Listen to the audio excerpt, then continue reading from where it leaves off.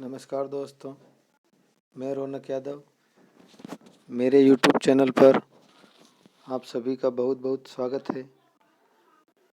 आज के इस वीडियो में मैं आपको RBSC की क्लास 10th के चैप्टर नंबर 5 डेमोक्रेसी को हैंड रिटन नोट्स के मीडियम से पढ़ाऊंगा, क्योंकि क्लास 10th के लिए ये लेसन 5 नंबर का होने के कारण ये एग्ज़ाम के पॉइंट ऑफ व्यू से बहुत इम्पोर्टेंट है। आप सभी मेरे इस YouTube चैनल को सब्सक्राइब करें, साथ ही बेल आइकन को भी प्रेस करें, जिससे कि मेरी आने वाली जो वीडियोज़ होंगी वो आप देख सकें। स्टूडेंट्स, यदि आपको वीडियो अच्छी लगे तो लाइक करें और कमेंट करें और अधिक से अधिक लोगों को वीडियो शेयर करें।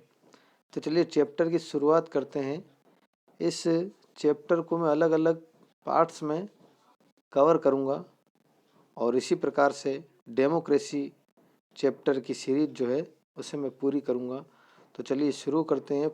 पार्ट नंबर 1 चैप्टर डेमोक्रेसी का पार्ट नंबर 1 हम शुरू करते हैं। सबसे पहले हम बात करेंगे डेमोक्रेसी यानी लोकतंत्र। लोकतंत्र को लेकर ऐसी कोई पर्टिकुलर डेफिनेशंस नहीं है जिसमें लोकतंत्र शब्द को हम परिभाषित कर सकें, और ना ही ऐसी कोई भी परिभाषा किसी भी स्कॉलर्स के थ्रू दी गई है जिसमें डेमोक्रेसी शब्द को हम डिफाइन कर सकें और समझ सकें। इसके इंक्लूडिंग हम लोकतंत्र को जान सकें या समझ सकें, लेकिन ऐसी कोई परिभाषा आज दिन तक किसी विद्वान ने नहीं दी है।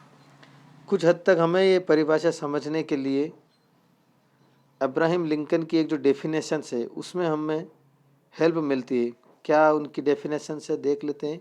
अकॉर्डिंग टू अब्राहम लिंकन, जिन्होंने ये डेफिनेशन दी है, to the people, for the people and by the people, यानी कि सीधा अर्थ निकलता है इसका जनता के लिए, जनता के द्वारा और जनता का शासन। यानी वेरी वेरी इम्पोर्टेंट ये डेफिनेशन है। 5 नंबर का ये चैप्टर है और ये डेफिनेशन जो है वो बहुत ही ज़्यादा इम्पोर्टेंट है। इसको आप याद कर लें कि जनता के लिए, जनता के द्वारा और जनता का शासन, ये अब्राहम लिंकन जो हैं उन्होंने ये परिभाषा दी है लोकतंत्र के लिए, डेमोक्रेसी के लिए। इजी भी है, to the people, for the people and by the people. Easy way में ये याद भी हो जाएगी, तो कृपया करके इसे लर्न कर लें। लोकतंत्र का meaning, definitions, characteristics, methodology, participate और चैलेंजेस, यानी क्या क्या इसमें लोकतंत्र में मेजर फैक्टर्स कौन कौन से होते हैं जो अहम होते हैं। यानी मीनिंग देख सकते हैं हम, इसका अर्थ, परिभाषा, विशेषताएं, चुनौतियां, सहभागिता और कार्यप्रणाली। ये पॉइंट्स जो हैं इनको हम कवर करेंगे एक एक करके। अर्थ देख लेते हैं कि डेमोक्रेसी का अर्थ क्या निकलता है। लोकतंत्र का अर्थ निकालेंगे तो क्या निकलेगा अर्थ। पूर्व में विश्व में राजतंत्र चलता था जिसे एक मोनार्ची कहा जाता था। यानी in the past there used to be a monarchy in the world which was called a monarchy. At present democracy replaceable the monarchy which most countries have adopted। यानी पुराने टाइम में हमने कई राजाओं के शासनकाल के बारे में भी पढ़ा है। चंद्रगुप्त मौर्य, बिंदुसार, समुद्रगुप्त, अलग अलग राजा महाराजाओं, बादशाहों, सुल्तानों के बारे में पढ़ा है। तब एंशियंट टाइम में जो राज करते थे उसे मोनार्ची कहा जाता था।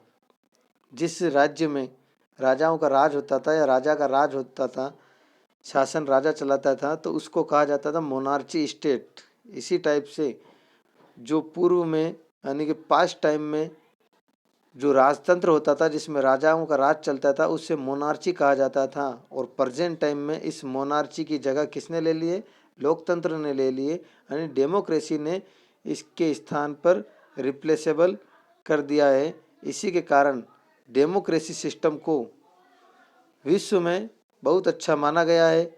इसी के कारण अधिकांश देशों ने भी अब डेमोक्रेसी सिस्टम को अडोप्ट कर लिया है। बात करते हैं कि इसकी स्पेशलिटी यानी विशेषता, ऐसी क्या इसमें विशेषता है, क्या इसकी फीचर्स हैं जिसके कारण अधिकांश देशों ने डेमोक्रेसी सिस्टम को अडोप्ट किया है, क्योंकि इसकी विशेषता में देखें तो इसमें जो पब्लिक जो होती है वो पार्टिसिपेट करती है, यानी जनता अपनी भागीदारी सुनिश्चित करती है, भाग लेती है।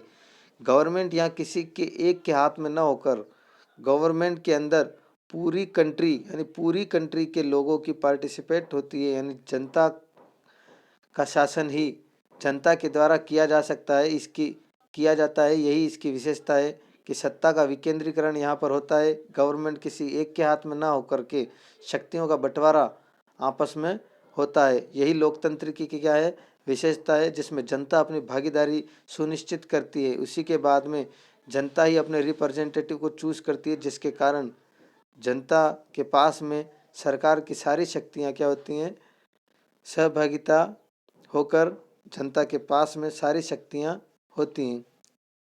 बात की जाए इसकी मेथोडोलॉजी यानी कार्यप्रणाली को देखें तो इसमें पब्लिक जो है वो अपने मत से यानी वोट से शासन की शक्तियाँ जो होती हैं वो अपने प्रतिनिधियों को सौंप देती हैं। अब वो शक्तियाँ किस तरह से सौंप देती हैं कि जब इलेक्शन होता है, इलेक्शन के वक्त जो वोटर जो होते हैं वो अपने वोट के पावर से यानी अपने वोट से रिप्रेजेंटेटिव को चुनते हैं, और चुनने के बाद में यानी वोट से सारी शक्तियां अपने चुने हुए प्रतिनिधि को दे दी जाती हैं।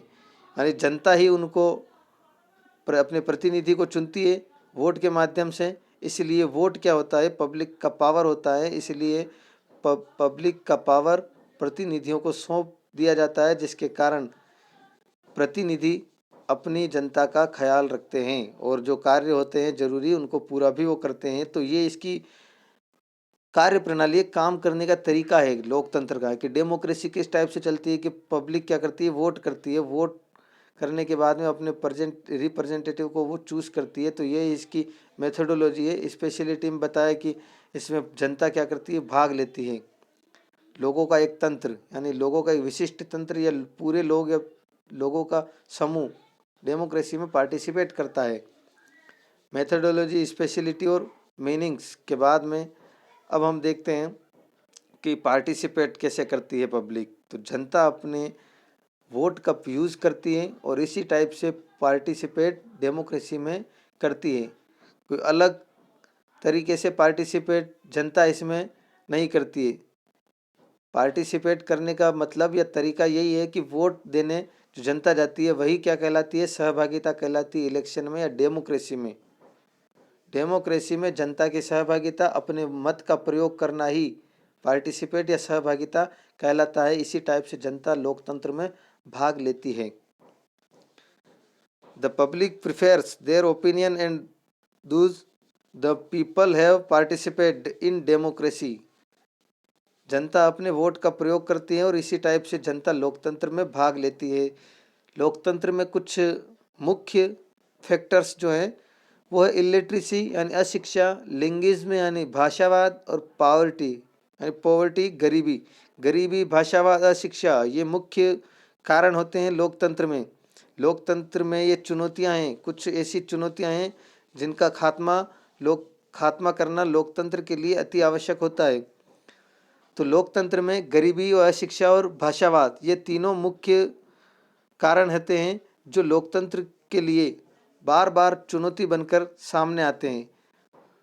तो चैलेंजेस में हम देखते हैं कि गरीबी किस प्रकार से और अशिक्षा किस प्रकार से और भाषावाद यानी लिंगिज्म, इलिटरेसी और पॉवर्टी किस प्रकार से मुख्य फैक्टर डेमोक्रेसी की सक्सेस में होते हैं।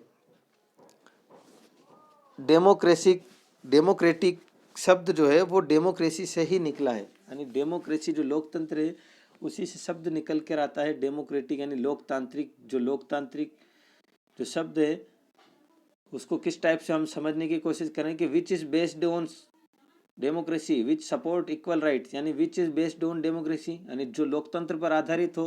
लोकतांत्रिक अर्थ जो निकला है वो लोकतंत्र से ही निकला है, इसलिए जो लोकतंत्र पर आधारित हो और समान अधिकारों का समर्थन करने वाला हो, यानी विच support equal rights. Equal rights का मतलब समान अधिकार, जो समान अधिकारों का समर्थन करता है वही क्या कहलाता है, लोकतांत्रिक कहलाता है। मान लिया जाए किसी स्टेट में लोकतंत्र है और वो स्टेट लोगों के तंत्र या लोगों के समान अधिकारों का समर्थन करता है, तो वो स्टेट या कंट्री या वो ग्रुप क्या कहलाएगा, डेमोक्रेटिक कहलाएगा। वहाँ हम डेमोक्रेटिक शब्द को यूज़ कर सकते हैं। डेमोक्रेटिक शब्द को और अच्छे से समझने की कोशिश हम करते हैं। रिप्रेजेंटिंग और अप्लाइंग टू और adopted for the benefit of the people at the large, यानी बड़े पैमाने पर लोगों के लाभ के लिए प्रतिनिधित्व या अपील करना या उनके अनुकूलित काम करना। एक गांव का सरपंच होता है और एक विधानसभा क्षेत्र का MLA, member of legislative assembly. तो विधानसभा का जो सदस्य होता है वो अपनी विधानसभा क्षेत्र के जो क्षेत्रवासी होते हैं उनके कार्य जो होते हैं उनको पूरा करने का काम करता है। तो बड़े लेवल पर, यानी यूँ कहा जाए कि बड़े लेवल पर ज़्यादा जनसंख्या का क्या करता है, वो प्रतिनिधित्व करता है। वही रिप्रेजेंटेटिव को दूसरे नज़रिए से देखें तो एक गांव का जो रिप्रेजेंटेटिव होता है, प्रतिनिधि जिसको जनता चुनती है सरपंच के रूप में, वो बड़ी जनसंख्या जो होती है गांव की, उस जनसंख्या के ऊपर प्रतिनिधित्व करता है। जो जनता की जो अपील होती है उनको सुनता है, आगे तक पहुंचाता है और जनता के अनुकूल, जनता की कंफर्टेबल जोन में, यानी कि जनता जैसा चाहती है वैसा कार्य उनका प्रतिनिधि करता है। जनता की उम्मीदों के अनुकूल, जनता के कार्यों के अनुकूल क्या करता है, वो कार्य करता है। यह कहलाता है डेमोक्रेटिक, जो डेमोक्रेसी शब्द से ही इसकी उत्पत्ति मानी गई है। ये डेमोक्रेटिक शब्द के बारे में हमने समझा। आगे हम बात करते हैं कि डेमोक्रेसी की क्वालिटी क्या है, यानी लोकतंत्र की गुणवत्ता, उसके बारे में समझें हम कि तो डेमोक्रेसी के कुछ सिद्धांत होते हैं। राजनीति विज्ञान जब हम पढ़ते हैं तो उनमें सिद्धांतों की बात अवश्य करके सामने आती है। डेमोक्रेसी के कुछ सिद्धांत होते हैं, यानी लोकतंत्र के कुछ सिद्धांत हैं। उन सिद्धांतों में कौन कौन से सिद्धांत है? 3 सिद्धांत, यानी कि डेमोक्रेसी स्वतंत्रता की बात करेगी, नियंत्रण की बात करेगी और समानता, यानी इक्वलिटी, कंट्रोल और फ्रीडम। इन तीनों के बारे में, इन तीनों पर ज़्यादा फोकस करती है डेमोक्रेसी। लोकतंत्र ज़्यादा जोर इन पर देता है। तो फ्रीडम में देखते हैं कि फ्रीडम के फंक्शंस कौन कौन से, यानी स्वतंत्रता डेमोक्रेसी को कौन कौन सी चाहिए होती है। तो इंडिविजुअल लिबर्टीज, यानी व्यक्तिगत स्वतंत्रता। तो लोकतंत्र ये चाहता है स्वतंत्रता के रूप में कि व्यक्तिगत स्वतंत्रता सभी को मिलनी चाहिए। ठीक है। दूसरा फंक्शन देखें तो रूल ऑफ लॉ, यानी कानूनों के कुछ नियम होने चाहिए, कानूनों को बनाने के लिए कुछ नियम होने चाहिए कंपलसरी। तीसरा ये कहता है कि पब्लिक स्पेयर, यानी सार्वजनिक क्षेत्र, यानी कि कुछ सार्वजनिक क्षेत्र ऐसे भी होने चाहिए जिसमें सभी लोगों को पार्टिसिपेट करने का मौका मिले, यानी सभी लोग वहाँ पर आ जा सकें, किसी भी प्रकार का बैन वहाँ पर प्रतिबंध नहीं हो। इस तरह से स्वतंत्रता के फंक्शंस में 3 प्रकार के फंक्शंस बताए हैं डेमोक्रेसी के अकॉर्डिंग। ये सिद्धांत होते हैं स्वतंत्रता की। बात करते हैं कि कंट्रोल किस प्रकार से करती है डेमोक्रेसी, किस प्रकार से अपने सिद्धांतों में नियंत्रण की बात कही है। तो नियंत्रण यानी कंट्रोल के फंक्शंस देखें तो कंपटीशन, प्रतियोगिता। तो जरूरी होता है कि डेमोक्रेसी में, यानी लोकतंत्र में, लोगों के बीच में प्रतियोगिता हो, यानी प्रतिस्पर्धा हो, एक दूसरे के बीच में प्रतिस्पर्धा हो, जिसके कारण हम बेटर डेमोक्रेसी को प्रिपेयर कर सकें, बिल्ड कर सकें, यानी अच्छे लोकतंत्र का हम निर्माण करें। उसके लिए आवश्यक है कि कंपटीशन हो लोगों में। म्यूचुअल कंस्ट्रक्शंस, यानी आपसी अड़चने, आपसी दुश्मनी, आपसी बैरभाव,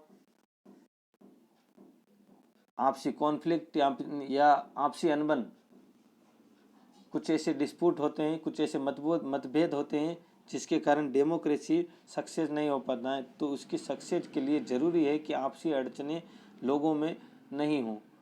तीसरा है गवर्नमेंट कैपेबिलिटी, यानी सरकार की क्षमता भी कंट्रोल में, डेमोक्रेसी के कंट्रोल में बहुत ही इम्पोर्टेंट होती है। समानता की बात करें तो समानता के 3 फंक्शंस हैं। ट्रांसपेरेंसी, यानी डेमोक्रेसी चाहता है कि लोगों के इस तंत्र में जो लोगों के जो कार्य हैं, लोगों की जो उम्मीदें हैं, लोगों के जो कार्य हैं उनको पूरा किया जाए, तो ट्रांसपेरेंटली उनको सही से पूरा किया जाए। यानी पारदर्शिता, काम करने के लिए पारदर्शिता का होना आवश्यक है। किसी के लिए जो काम किया जाए वो दुश्मनी या बैरभाव को रखकर काम नहीं किया जाए, सभी का काम सही से किया जाए और लोकतंत्र की भावना को ध्यान में रखते हुए, किसी के बारे में बुरा न सोचकर ट्रांसपेरेंसी होनी चाहिए यानी पारदर्शिता होनी चाहिए हर वर्क में। दूसरा कहता है कि सहभागिता यानी पार्टिसिपेटेशन, सहभागिता जरूरी होती है डेमोक्रेसी में, यानी कि डेमोक्रेसी चाहती है कि पूरा वर्ल्ड, ये पूरी कंट्री या पूरा स्टेट यानी सभी लोग क्या करें, पार्टिसिपेट करें, इलेक्शन के वक्त वोट करें। और डेमोक्रेसी जो होती है लोकतंत्र में बढ़ चढ़कर क्या करें, सहभागिता निभाएं, अपनी सहभागिता सुनिश्चित करें, भाग लें। रिप्रेजेंटेशन यानी प्रतिनिधित्व, इनमें से सबसे इम्पोर्टेंट पॉइंट है प्रतिनिधित्व करना, क्योंकि जनता जो भोली भाली होती है और कई लोग ऐसे भी होते हैं अनपढ़ होते हैं, उन लोगों का मार्गदर्शन करने के लिए, लीडरशिप करने के लिए, नेतृत्व करने के लिए जिसमें जो गुण होते हैं वो क्या करता है, प्रतिनिधित्व करता है। तो प्रतिनिधित्व करने का मौका सभी को मिले। इसी टाइप से डेमोक्रेसी इस बात पर भी जोर देती है कि प्रतिनिधित्व डेमोक्रेसी में मिलना चाहिए सभी को। आगे हम बात करते हैं, ये तो हमने पढ़ी थी कि डेमोक्रेसी की क्वालिटी यानी किसके कारण डेमोक्रेसी इतनी अच्छी मानी जाती है, लोकतंत्र इतना अच्छा माना जाता है, तो ये थी उसकी क्वालिटी। अब आगे हम बात करते हैं कि इस चैप्टर में हम कौन कौन से टॉपिक जो है उनको कवर करने की कोशिश करेंगे। Democracy meaning and various forms, यानी कि इसके अर्थ क्या क्या हैं और फॉर्म इसकी कौन कौन सी है। अलग अलग अर्थ इसने डेमोक्रेसी के अलग अलग विद्वानों ने अलग अलग अर्थ निकालने की कोशिश की है और अलग अलग फॉर्म कौन कौन सी हैं, पॉलिटिकल डेमोक्रेसी, इथिकल डेमोक्रेसी, अलग अलग सोशल डेमोक्रेसी, अलग अलग इसकी फॉर्म है, तो उनके बारे में अलग अलग पढ़ेंगे। तो चैप्टर को कवर करने के लिए दूसरा पॉइंट हमारा होगा various theories and concept of democracy, यानी डेमोक्रेसी के वेरियस टाइप्स कौन कौन से होंगे, प्रकार, और लोकतंत्र के सिद्धांत, यानी पहले बताया था कि लोकतंत्र के कुछ सिद्धांत होते हैं, तो कौन कौन से उसके प्रिंसिपल्स होंगे और कौन कौन से लोकतंत्र के प्रकार होंगे।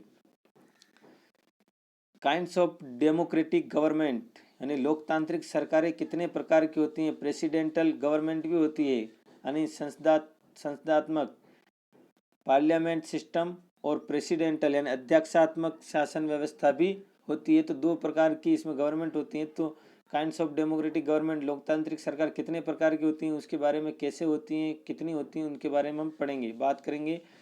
मेन कैरेक्टरिस्टिक्स ऑफ डेमोक्रेसी, लोकतंत्र की फीचर्स यानी विशेषताएं कौन कौन सी होती हैं, क्या ऐसी विशेषताएं हैं जिसके कारण डेमोक्रेसी को अधिक से अधिक देशों ने अपना लिया है और भारत ने भी डेमोक्रेसी को अपना रखा है। क्रिटिकल एग्जामिनेशन करना भी यहाँ पर जरूरी होगा डेमोक्रेसी का, कि लोकतंत्र का आलोचनात्मक परीक्षण करेंगे हम, इसके अच्छे पक्ष और बुरे पक्ष पर बात करेंगे और क्रिटिकल एग्जामिनेशन करेंगे कि क्या इसमें अच्छा पक्ष है और क्या इसका बुरा पक्ष है, किस किस पक्ष में क्या क्या सुधार हमको करने चाहिए। डीमेरिट्स ऑफ डेमोक्रेसी, लोकतंत्र के दोष को पढ़ेंगे, क्या इसमें दोष हैं, क्या इसमें गुण हैं, यानी कमी कितनी है और कमी कौन कौन सी हैं। Essential conditions for the success of democracy, लोकतंत्र को सफल बनाने के लिए या लोकतंत्र के सफल चलन के लिए आवश्यक परिस्थितियां कौन कौन सी होती हैं, यानी कौन कौन सी असेंशियल कंडीशन, कौन कौन सी ऐसी परिस्थितियां हैं जो लोकतंत्र को सफल बनाने के लिए हमेशा आवश्यक रहेंगी या आवश्यक होती हैं। तो लोकतंत्र की सफलता के लिए आवश्यक परिस्थितियों पर भी हम गौर करेंगे। पहले हम देख लेते हैं कि democracy meaning and various forms. Democracy की जो मीनिंग है, डेमोक्रेसी का अर्थ तो निकलता है सीधा सीधा लोकतंत्र, लेकिन इसकी फॉर्म्स कौन कौन सी हैं उसके बारे में भी पढ़ेंगे। तो पहले हम इसका मीनिंग देख लेते हैं और डेमोक्रेसी की उत्पत्ति कहाँ से हुई, यानी इस शब्द की उत्पत्ति कहाँ से हुई, ऑर्गेनिटी भी हम देख लेते हैं कि the English word democracy comes from joining the two Greek words, यानी दो यूनानी शब्दों या दो ग्रीक भाषा के शब्दों से, यानी ग्रीक भाषा के दो शब्द डेमोस प्लस क्रेटिया, यानी डेमोस का मतलब होता है भीड़, एंशियंट टाइम में डेमो का मतलब भीड़ निकाला गया, और डेमो का मतलब जैसे हम किसी चीज़ को दिखाते हैं, डेमो में हम उसको क्या करते हैं, दिखाते हैं। और क्रेटिया का मतलब माना गया पावर। ग्रीक भाषा के ये दो शब्द थे, डेमो और क्रेटिया। तो डेमो का अर्थ दिखाना, जिससे निकल कर आया शब्द सामने भीड़। आधुनिक टाइम में इसको क्राउड कहा गया और आधुनिक टाइम में समय के साथ साथ इसको पब्लिक कहा गया, यानी क्राउड का मतलब भीड़ या लोगों का समूह मान सकते हैं, क्राउड का मतलब पब्लिक यानी जनता, और क्रेटिया का मतलब माना गया पावर, यानी शक्ति, तो जनता की शक्ति यानी पावर ऑफ पब्लिक क्या है, लोकतंत्र है, डेमोक्रेसी यानी जनता की शक्ति ही लोकतंत्र है। तो हम इसमें सीधा सीधा कह सकते हैं कि लोकतंत्र की शक्ति किस में निहित है, तो हम ये कहेंगे, आंसर देंगे कि लोकतंत्र की शक्ति जनता में निहित है।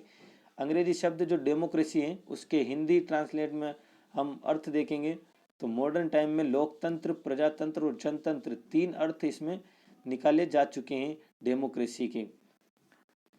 अब मैं उम्मीद करता हूँ कि डेमोक्रेसी जो शब्द है उसकी उत्पत्ति के बारे में और उसके अर्थ के बारे में आपको समझ में आया होगा। Democracy means N administrative system which is based on the power of public, यानी डेमोक्रेसी जो शब्द है वो काम क्या करता है, कैसे काम करता है, क्या इसके बारे में कहा गया है कि आखिर ये डेमोक्रेसी है क्या, इसकी भी डेफिनेशन होती है और उस डेफिनेशंस के अकॉर्डिंग हम समझेंगे कि एक ऐसा प्रशासनिक तंत्र या एक ऐसी व्यवस्था या एक ऐसा स्ट्रक्चर या एक ऐसी व्यवस्था जो जनता की शक्ति पर क्या करती हो, काम करती हो, आधारित करती हो और आधारित हो, यानी कि एक ऐसा एडमिनिस्ट्रेटिव सिस्टम जो पब्लिक की पावर्स पर आधारित हो, यानी एक ऐसा एडमिनिस्ट्रेटिव सिस्टम या प्रशासनिक तंत्र